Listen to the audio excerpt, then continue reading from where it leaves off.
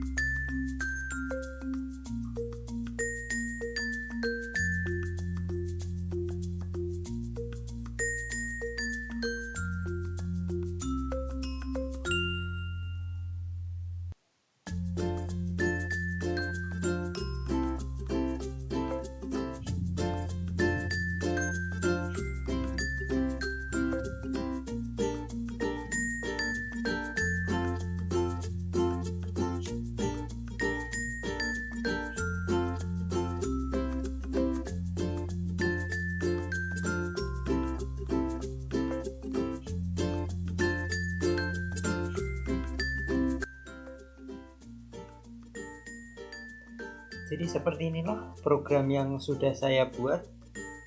Di sini LED akan menyala dari bit 0 ke bit 1 dan seterusnya sampai ke bit 7 dengan jeda waktu setengah detik.